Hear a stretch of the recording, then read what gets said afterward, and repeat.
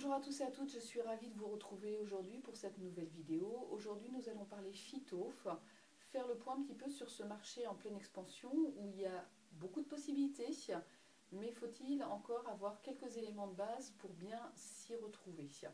Donc peut-être chez vous, vous avez un livre de phyto qui vante les mérites des plantes, mais lorsque l'on se rend dans des magasins, lorsqu'on va sur internet, eh bien on a beaucoup d'offres et on ne sait pas toujours comment s'y prendre.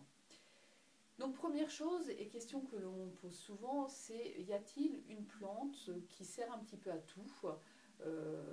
Eh bien non, il n'y a pas de plante miracle en phytothérapie. Chaque plante a des vertus spécifiques, a ses limites d'action, et au contraire, plus on connaît les vertus d'une plante, plus elle sera efficace pour la positionner au moment où on en a vraiment besoin. Donc non, il n'y a pas de plante miracle. Maintenant, vous trouvez différentes formes. Vous pouvez trouver des formes liquides, des teintures, des comprimés, des gélules, des macérats. Et c'est pas toujours évident de faire son choix.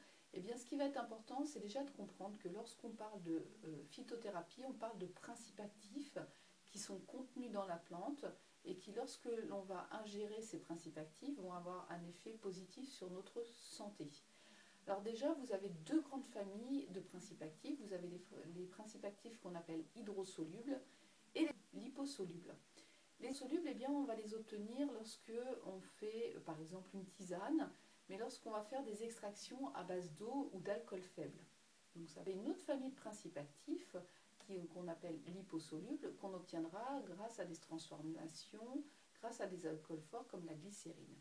L'idéal, c'est d'utiliser des phytothérapies qui vont regrouper bien, des extractions qui à la fois permettent d'obtenir les principes actifs hydrosolubles, mais aussi les principes actifs liposolubles. Là, vous allez obtenir le totum de la plante, c'est-à-dire tous les principes actifs de cette plante, et vous êtes sûr d'avoir l'efficacité décrite dans les livres de phytothérapie. Souvent on me pose la question si la différence de prix n'est pas un effet de mode, et non, ce n'est pas un effet de mode. Vous allez avoir des plantes qui vont être cultivées de façon intensive avec beaucoup d'engrais, beaucoup de pesticides que l'on retrouvera dans les transformations des plantes, mais aussi des plantes à qui on ne laisse pas la chance de se charger correctement en principes actifs, donc qui auront peu d'efficacité. À côté de ça, vous allez avoir des cultures qui vont se faire en culture biologique. On va laisser vraiment à la plante le temps de se concentrer en principes actifs. On va avoir un respect vraiment important au moment de la récolte pour respecter l'intégrité de cette plante. Et les fournisseurs qui vont transformer ces lots de plantes vont aussi faire beaucoup de contrôle sur la qualité, sur la concentration de principes actifs, mais éventuellement un risque de contamination des plantes avant ou après transformation, et des modes d'extraction qui permettent de respecter à la fois l'intégrité des principes actifs et permettent aussi des techniques de transformation qui vont éviter aussi lors de la prise d'avoir des méfaits sur la santé. Donc oui, le prix justifie la qualité, donc attention, renseignez-vous bien. Ne vous dirigez pas obligatoirement vers un prix le plus bas pensant que vous faites une bonne affaire.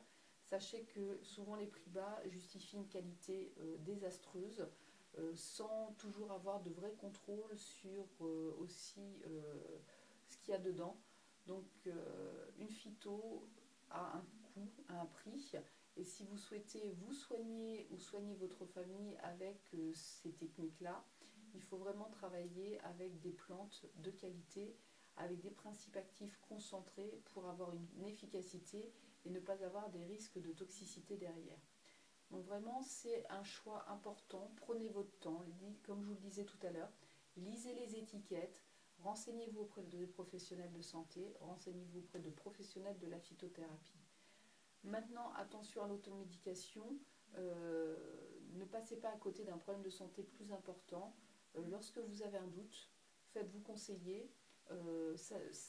La phyto ne remplace pas non plus certains traitements allopathiques, donc ne supprimez pas sans en parler à votre médecin disons un médicament contre une plante.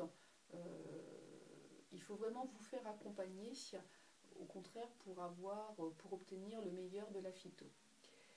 Donc voilà, j'espère que ces quelques conseils vont vous être utiles et puis je vous dis à bientôt.